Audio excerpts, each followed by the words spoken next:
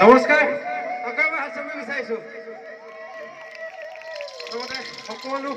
যিসকল ৰাইজ ৰৈ আছে ইমান দেৰিকৈ হ'লেও মানে নদী মাটি বালি ব্ৰহ্মপুত্ৰ আৰু প্ৰকৃতিপ্ৰেমী ৰাইজ চ' তাৰ বাবে ধন্যবাদ চমুকৈ কওঁ মোৰ নাম শ্ৰী চিৰঞ্জীৱ কাশ্যপ ঘৰ টংলা পঢ়ি আছোঁ আছিলোঁ ওলালোঁ এবাৰ গোটেইকেইটা আমি পঢ়ি আছোঁ এটা উদ্দেশ্যলৈ আমি আগবাঢ়িছোঁ কিন্তু যেতিয়া সকলোকে যিসকলে জানে যোনে দেখিছে বা চিনি পায় তেওঁলোকে জানে যে অসমৰ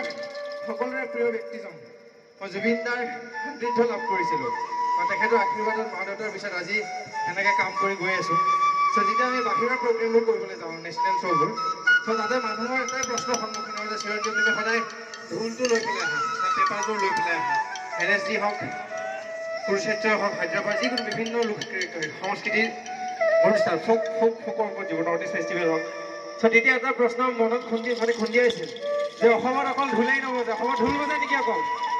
ডেফিনেটলি নবজে চ' অসমত খোল আছে খাম আছে চেৰজা আছে চিফুং আছে নেগেৰা আছে টোকাৰী আছে বিভিন্ন লোককৃষ্টি লোকনৃত্য লোকবাদ্য চহকী আমাৰ অসমীয়া জাতিটো অসমখন বিশেষকৈ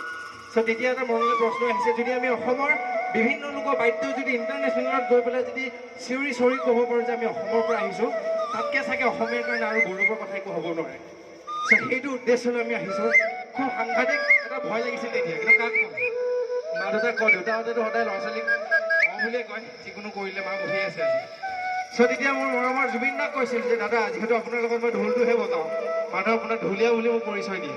কিন্তু মই বিচাৰোঁ আপুনি আৰু মই মিলি পেলাই অসমত এটা এনেকুৱা দলৰ সৃষ্টি কৰোঁ য'ত অসমীয়া লোকবাদ্য আৰু লোকগীতক প্ৰাধান্য দি পেলাই ইণ্টাৰনেশ্যনেল লেভেলত যাতে আমি দবদবাই ক'ব পাৰোঁ আমি অসমৰ পৰা আহিছোঁ বুলি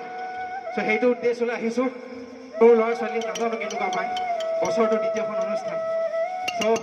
জীৱন গায়ন ফেষ্টিভেলৰ যিসকল কৰ্মকৰ্তা কবিতা বা বহুত বেয়া পাইছে চাগে ইমান দেৰিকৈ উঠিলোঁ ৰঞ্জিতাহঁত আছে চ' অথনিৰ পৰা অশান্তি পাই আছে চ' সকলোকে ধন্যবাদ ইমান ধুনীয়া অনুষ্ঠান এটা কৰিছে আকৌ এবাৰ তেওঁলোকৰ কাৰণে হাত চাপৰি বিচাৰিছোঁ খুব কষ্ট যিখিনি হৈছে জনাখিনিয়ে জানে চ' আজিকালি স্পনচাৰ পাবলৈ টান তথাপিও যে এনেকুৱা বতৰ এনেকুৱা চিটুৱেশ্যন এনেকুৱা পৰিৱেশত যে ইমান ধুনীয়া অনুষ্ঠান এখন কৰিছে তাৰ বাবে ধন্যবাদ আকৌ এবাৰ নিজৰ কাৰণে হাত চাপৰি দিয়ক আৰম্ভ কৰিবলৈ আহিছোঁ প্ৰতিধ্বনি ধন্যবাদ